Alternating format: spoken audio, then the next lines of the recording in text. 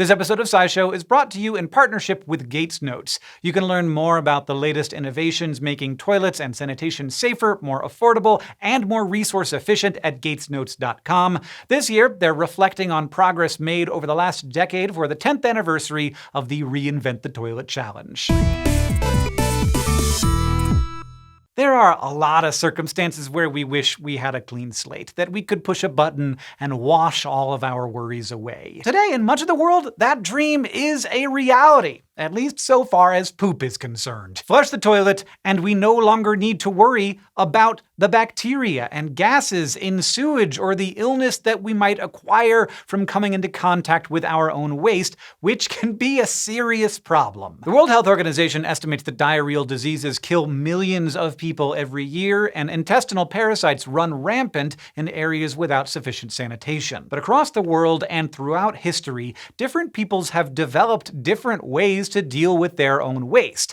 And while they didn't always nail the design, their efforts to keep themselves safe have led to the toilets and sanitation systems we know and love today. So let's take a look at some thrones from history that show us how far we have come and how we can still improve the health and safety of our bathroom visits. The Mesopotamians have been credited as inventors of the first toilet and may have been the earliest people to have dedicated bathrooms dating to the 4th millennium BCE. These involved pipes measuring 1 meter wide and 4.5 meters deep that drained to cesspits. Archaeologists have also found toilets with brick seats and pipes with a water-repellent lining made of bitumen. Bitumen is derived from crude oil, and today we use it in paving roads, but the Mesopotamians were interested in other applications. It is both slippery and hydrophobic, meaning it repels water, so waste wouldn't stick on its way down the tube. It seems like not everyone trusted or had access to this newfangled technology, though. Only around 1/5 of Mesopotamian households had toilets installed. However, they also understood the importance of keeping poop far away from their living spaces.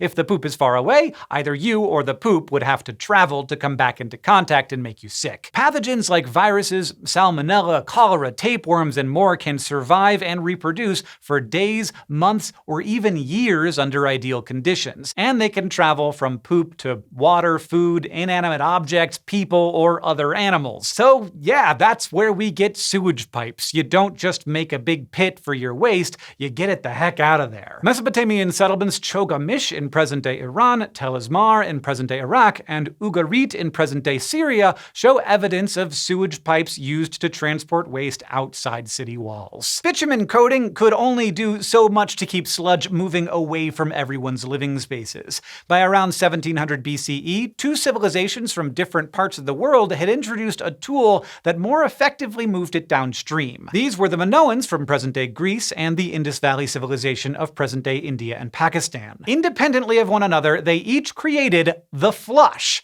Instead of sitting over a dry tube, these smart stinkers sat over a tunnel with water flowing through it. While both civilizations had flushing technology and wooden toilet seats, they differed in where they got the water supply from. Evidence from the Minoan capital city of Knossos in present-day Crete suggests that the Minoans took the water from their roofs to flush their toilets, while the Indus Valley people of Harappa, Mohenjo-Daro, and Lothal funneled water from nearby wells into their sewage system. Either way, in both the Minoan and Indus Valley civilizations, water would get poured down the latrine to wash away their filth, and then the waste would stream down into an underground sewer system to take it away. The toilet at the royal palace in Knossos allowed for water to be poured into a separate hole that mixed with the sewage under the seat. They even had a hole outside the bathroom door so that someone else could flush for you, which seems like an unnecessary amount of luxury even today. The flush was an innovation in moving waste away, but not everyone throughout history nailed that concept.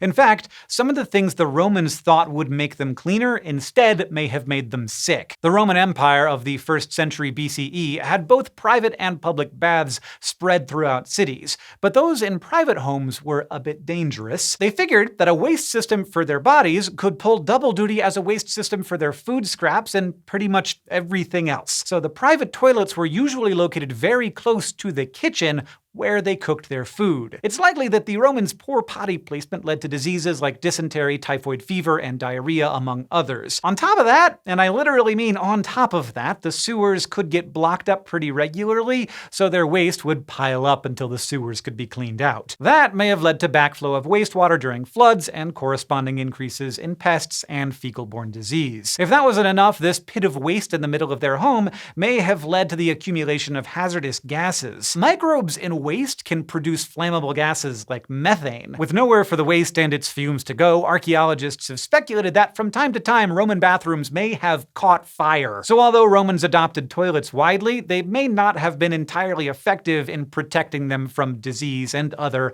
more unique risks. If only the Roman toilets had had what the Mayans had: water pressure. They could have used it to give that built-up waste an extra nudge down the sewer and away from their kitchens. Minoan sewers had a series of pipes that decreased in diameter, which increased the water pressure, but the Mayans took it to the next level. Unlike many other Mayan cities, the city of Palenque, circa 250 CE, had access to an abundant supply of water for most of the year, but summer was a time of drought. And if you can't flush when the weather is dry, you're not getting the benefits. So residents constructed a limestone watershed under the city based on natural water flow patterns, and this was possible because the city was constructed over top of existing stream beds. Most Mayan cities had more flat ground to build on, but in Palenque, they had to create flat ground for their city. Mayan engineers constructed narrowing conduits to keep the water under pressure, and then they covered these conduits to build on top of the now open space. This underground,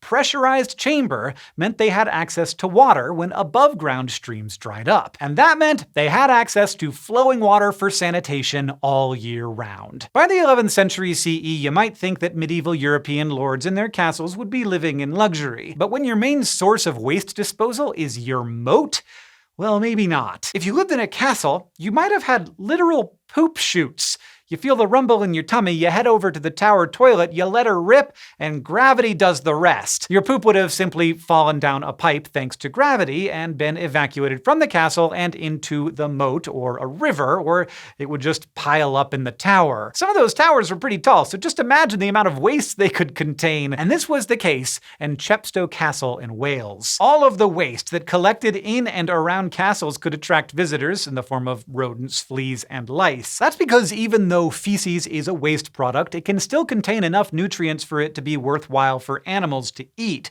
For example, our bodies excrete an excess amount of vitamin A via our poop. So you got rats coming along to eat the tasty waste lying around, and then they can become a vector for disease. Some parasites infect humans only after infecting an intermediate host, also known as the rat in your chamber pot. And these parasites would have been far worse than mild inconveniences. Some researchers hypothesize that lice in medieval waste were key transmitters for the Black Plague. But folks in the Middle Ages apparently found a way to turn their filth to their advantage. Microorganisms in feces consume oxygen, nitrogen, and phosphorus from the waste. These byproducts can react with each other to create ammonia. And it is thought that resourceful Middle Agers would hang their clothing near their waste chutes in the hopes that the vapors would kill those nasty fleas. What's more important, not having fleas or not smelling like literal poop?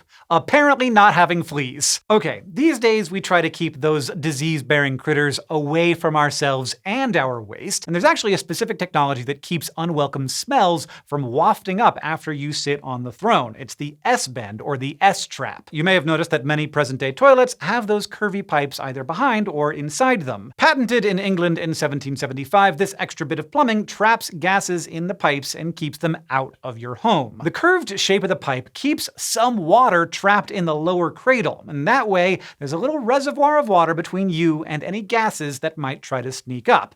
And that is the power of the S-bend. There are also some updated versions, the P-bend and the U-bend, which do a better job of keeping water in the cradle and trapping gases. And in the 19th century, an English plumber named Thomas Crapper popularized this technology with his own line of toilets. So yeah, you can go ahead and giggle about that. It's a pretty great name, and it is not an urban legend. Crapper was a real guy. But the S-bend, P-bend, and U-bend use water to solve our problems again. And we might be using too much of a good thing.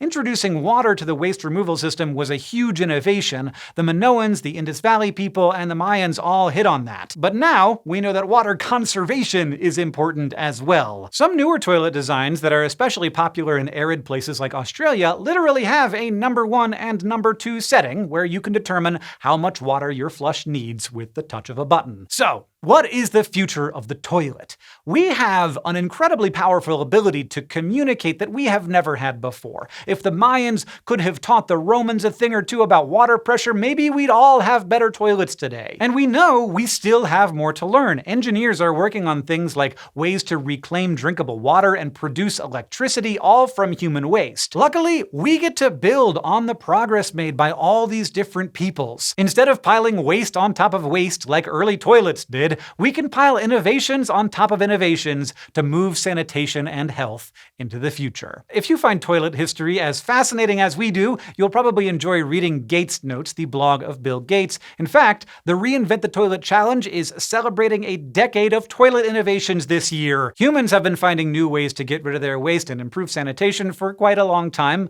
but there's still a long way to go. The Reinvent the Toilet Challenge was created to inspire new technologies that make safe and affordable sanitation more accessible for communities all over the world. You can learn more about how scientists have tackled this challenge and found ways to reinvent the toilet at gatesnotes.com.